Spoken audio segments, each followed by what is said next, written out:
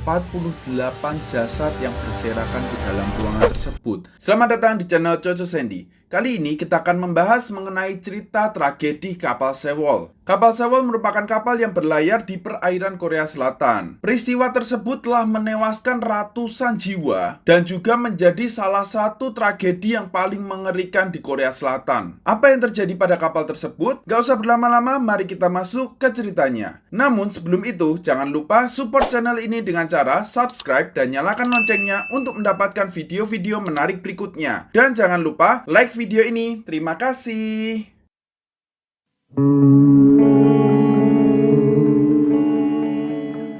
Kapal Sewol merupakan kapal milik perusahaan Chong Hae-jin asal Korea Selatan. Kapal Sewol awalnya milik Jepang yang beroperasi pada tahun 1994 sampai dengan 2012. Kemudian kapal tersebut dibeli oleh perusahaan Chong Hae-jin pada tanggal 8 Oktober 2012. Tragedi kapal Sewol bermula pada tanggal 15 April 2014. Kala itu kapal Sewol memiliki jadwal untuk perjalanan dari Pelabuhan Incheon menuju Pulau Jeju dan dijadwalkan berangkat pada pukul 18.30.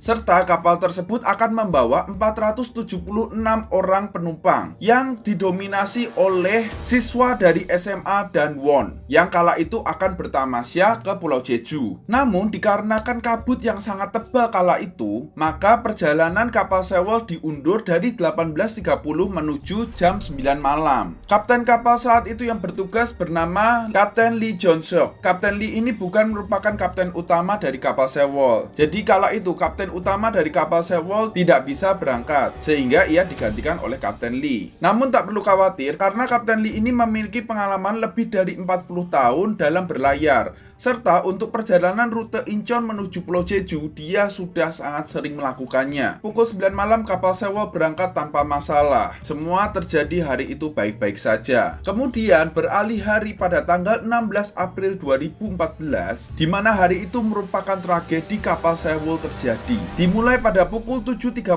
pagi, terjadi pergantian shift antara Kapten Lee dengan krunya yang bernama Park Han-kyul dan Cho Jon-ki. Kru kapal ini merupakan kru muda yang masih belum cukup pengalaman. Namun sebenarnya tidak masalah selama dia sudah lulus dari sekolah kelautan. Yang jadi masalah kala itu adalah ternyata kapal Sewol saat itu mau masuk ke perairan Selat Maenggol yang terkenal dengan arusnya yang sangat kuat. Biasa perairan tersebut dilalui oleh nakoda yang cukup berpengalaman. Nah, yang jadi masalah kenapa diserahkan kepada orang yang masih belum cukup pengalaman. Kemudian masuk pukul 8:40. Kala itu para penumpang sedang sarapan pagi karena mereka akan bersiap untuk berlabuh. Kapal Sewol dijadwalkan akan berlabuh pukul 10 pagi. Jadi mereka bersiap dari kapal itu sudah mengisi tenaga supaya ketika mereka nanti berlabuh, mereka bisa langsung beraktivitas berlibur di Pulau Jeju dengan tenang. Lewat 9 menit saat kondisi penumpang sedang sarapan, peristiwa naas ini terjadi. Kala itu Kapten Park memberi instruksi untuk melakukan belokan dikarenakan ia melihat ada sebuah kapal di depannya. Ketika setir kapal dibelokkan, ternyata belokannya terlalu tajam sehingga kapal itu menjadi oleng. Ditambah lagi kargo yang ada di dalam kapal tersebut ternyata tidak diikat dengan cukup kuat,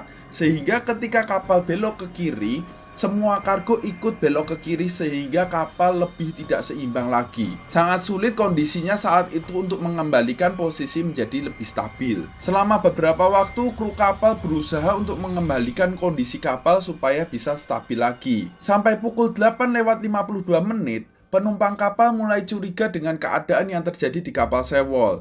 Kala itu mereka merasakan guncangan yang cukup hebat, serta mereka merasakan kapal ini mulai miring. Nah, karena mereka ketakutan, salah seorang siswa melakukan inisiatif dengan cara dia menelepon tim bantuan yang ada di darat. Ketika tim bantuan yang ada di darat mengangkat telepon dari siswa tersebut langsung bercerita bahwa kondisi kapal saat itu sangat aneh. Dia takut jika kapal akan tenggelam. Tim penyelamat yang ada di darat pun menanyakan posisi kapal saat itu, koordinatnya berapa, supaya kita bisa bantu ke sana. Namun, karena yang diajak bicara adalah seorang siswa yang tidak mengerti soal kelautan, maka pembicaraan tersebut tidak membuahkan hasil. Kemudian pada pukul 9:01, selang 9 menit setelah siswa tadi menelepon, kru kapal baru melakukan telepon pertamanya ke tim penyelamat yang ada di darat. Kejanggalan kedua di sini adalah kenapa bisa-bisanya tim penyelamat yang ada di darat mendapatkan info pertama bukannya dari kru kapal tapi malah dari seorang penumpang yang ada di kapal tersebut. Seharusnya kru kapal sendiri yang lebih mengerti kondisi kapal saat itu. Apakah masih bisa distabilkan atau memang sudah tidak bisa diselamatkan. Setelah melakukan komunikasi, tim penyelamat pun akhirnya meminta kapal-kapal yang ada di dekat koordinat kapal Sewol untuk mendekat membantu evakuasi dari para penumpang yang ada di kapal tersebut. Dan juga di dalam kapal, karena para penumpang sudah pada ricuh, sudah pada kacau, kru pun menenangkan mereka dengan meminta semua orang untuk stay di dalam kabinnya masing-masing dengan menggunakan rompi pelampung. Semua penumpang kala itu mengikuti instruksi dari kru kapal karena mereka hanya bisa bergantung terhadap para kru kapal yang lebih berpengalaman dalam kejadian-kejadian seperti ini. Masuk pukul 9:25, tim penyelamat kembali menelepon kru kapal Sewol. Mereka menanyakan kondisi yang ada di sana dan mereka menginfokan bahwa sebentar lagi tim penyelamat sudah sampai di koordinat kapal Sewol. Tim penyelamat pun juga menanyakan kondisi kapal seperti apa, apakah bisa dilakukan evakuasi segera. Kapten Lee yang bertugas saat itu tidak bisa memberikan jawaban pasti kepada tim penyelamat yang ada di darat. Masuk pada pukul 9:30, Kapten Lee akhirnya memberikan keputusan untuk evakuasi. Karena semua kapal yang ada di dekat kapal Sewol sudah mengelilingi kapal saat itu. Yang jadi masalah di sini adalah bukannya Kapten Lee dan krunya menyelamatkan semua penumpang yang ada di kapal Sewol, justru mereka sendirilah yang menyelamatkan diri terlebih dahulu. Keanehan yang ketiga, kenapa mereka tidak menyelamatkan penumpang tapi malah menyelamatkan diri masing-masing. Sedangkan para penumpang yang ada di dalam kapal semua menunggu instruksi dari Kapten Lee. Karena dirasa tidak ada instruksi lagi dari kru dan para penumpang melihat kondisi kapal semakin miring dan juga mereka melihat banyak kapal di sekeliling kapal Sewol menunggu evakuasi, 150-160 orang pun berinisiatif untuk loncat dari kapal dan mereka berenang menuju kapal-kapal yang ada di sekitar kapal Sewol. Namun, sebagian besar penumpang masih berharap terhadap kru kapal menunggu instruksi mereka supaya mereka bisa diselamatkan. Padahal para kru sudah pada kabur. Yang pada akhirnya para penumpang yang masih menunggu kabar dari para kru kapal stay di dalam situ sampai kapal itu tenggelam. Pada pukul 11:18, sebagian besar kapal sudah tenggelam dan berujung pada pukul 1:03 siang, ujung kapal sudah tidak bisa dilihat lagi. Kemudian keesokan harinya, tim penyelamat pun melakukan evakuasi terhadap jasad-jasad yang ada di dalam kapal Sewol yang masih terjebak di dalam kapal tersebut. Pernyataan dari beberapa penyelam yang ada di situ yang melakukan evakuasi terhadap para jasad menceritakan bahwa ada sebuah ruangan yang harusnya cuma bisa diisi 38 orang. Kala itu mereka menemukan 48 jasad yang berserakan di dalam ruangan tersebut sedang menggunakan jaket pelampung. Bayangkan aja, orang pakai jaket pelampung otomatis secara bentuk badannya lebih besar. Dan ruangan yang hanya bisa diisi 38 orang diisi 48 orang, over. Kalau bisa kita bayangin kondisinya kala itu, mereka semua berhimpit-himpitan, ketakutan. Mereka berharap ada yang menyelamatkan sampai air mulai masuk ke kaki mereka, ke bagian perut, dada mereka hingga menutupi kepala mereka semua.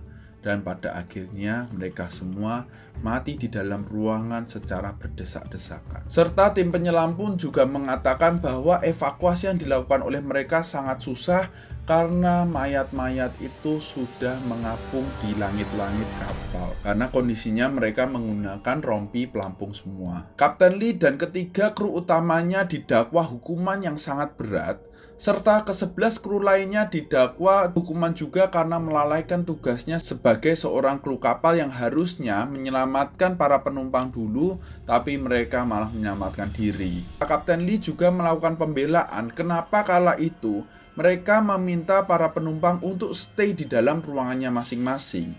Karena dia merasa kalau saat itu semua penumpang disuruh berhamburan loncat ke dalam lautan, dia takut karena arus saat itu sangat kuat dan air juga sangat dingin. Takutnya para penumpang itu malah mati karena mereka loncat. Namun kenyataannya adalah malah mereka yang loncat, yang tadi 150 sampai 160 orang tadi itulah yang malah selamat. Nah, berikut beberapa fakta yang ditemukan kenapa kapal Sewol ini bisa oleng dan tenggelam. Yang pertama, ternyata setelah kapal itu dibeli dari pihak Jepang, kapal itu dimodifikasi oleh perusahaan Chong Hae-jin tadi untuk mendapatkan profit yang lebih maksimal, yaitu dengan menambahkan kabin yang ada di dalam kapal supaya muatan orang yang ada bisa bertambah, serta tempat penampungan kargo diperluas supaya jumlah kargo yang bisa dimuatkan ke dalam kapal tersebut bisa bertambah juga. Kemudian saat uji kelayakan kapal diberikan standar bahwa muatan kargo pada kapal tersebut hanya bisa muat 987 ton, serta air pemberat yang ada di dalam kapal harus minimal 1703 ton. Air pemberat itu bertujuan untuk menstabilkan kondisi kapal. Jadi semakin banyak air, maka dasar dari kapal itu akan lebih tenggelam ke dalam lautan, sehingga memiliki dasar yang cukup kokoh dibandingkan dengan air pemberat yang sedikit. Juga ditemukan ternyata di bagian pelegalan kapal supaya kapal ini bisa berlayar ada terjadi kasus suap menyuap. Berarti kapal Sewol ini sudah jalan dengan cara yang ilegal. Dan fakta lagi yang ditemukan dari kapal Sewol ketika hari kejadian, ternyata muatan kargo yang tadi harusnya 978 maksimalnya, kala itu dimuati seberat 2142 ton. 2 kali lipat dari standar yang bisa dimasukkan. Kemudian ditemukan juga bahwa air pemberat yang harusnya 1703 ton minimalnya ternyata hanya diisi seberat 761,2 ton, minus 1000 dari standar minimalnya. Jadi dua hal ini yang menyebabkan bahwa kalau kapal itu berbelok berlebihan, maka kapal pasti oleng dan akan tenggelam. Fakta yang terakhir, ternyata kapten utama dari kapal Sewol, dia ini sudah pernah memperingatkan perusahaan bahwa kapal ini tidak standar dan bakal membahayakan banyak jiwa. Namun bukannya perusahaan mendengarkan saran dari kapten tersebut, justru kapten itu malah mau dipecat karena banyak omong. Setelah kejadian tersebut, semua petinggi dari perusahaan Chong Hae-jin ditangkap oleh polisi. Pemilik kapal Sewol yang bernama Yo Byung-eun, ia juga mendapatkan surat panggilan dari kepolisian untuk diinterogasi. Yo ini merupakan salah satu konglomerat besar yang ada di Korea Selatan kala itu. Ketika Yo mendapatkan surat panggilan, pada hari yang ditentukan ternyata ia tidak hadir.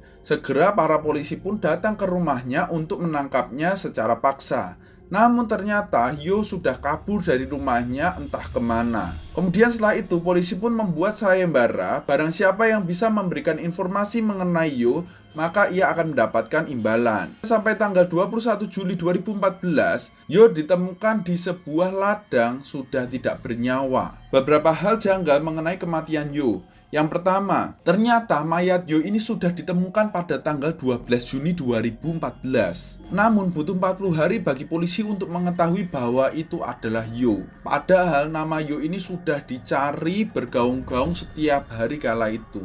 Kenapa bisa-bisanya polisi tidak bisa mengidentifikasi secara cepat mayat tersebut? Yang kedua, ketika mayat Yo ini ditemukan di ladang, ditemukan juga beberapa botol alkohol di sekitarnya. Dan juga polisi tidak bisa mengidentifikasi penyebab kematian dari Yo karena mayatnya yang sudah terlalu membusuk. Yang jadi aneh di masyarakat adalah Yo ini terkenal sangat dekat dengan gereja dan juga merupakan seorang konglomerat yang taat agama. Tidak mungkin bagi mereka jika Yo ini bisa minum minuman beralkohol. Beberapa spekulasi di masyarakat pun muncul sehingga menimbulkan beberapa teori. Yang pertama, bisa jadi Yo memang bunuh diri karena dia tidak kuat untuk bertanggung jawab dengan peristiwa kapal Sewol. Tapi ada juga konspirasi yang menyatakan jika Yo ini dibunuh karena dia sering melawan pemerintah. Begitu saja sekian cerita dari kapal Sewol. Bagaimana ceritanya? Menarik? Jangan lupa like, comment, share, dan subscribe karena semua itu gratis. Terima kasih.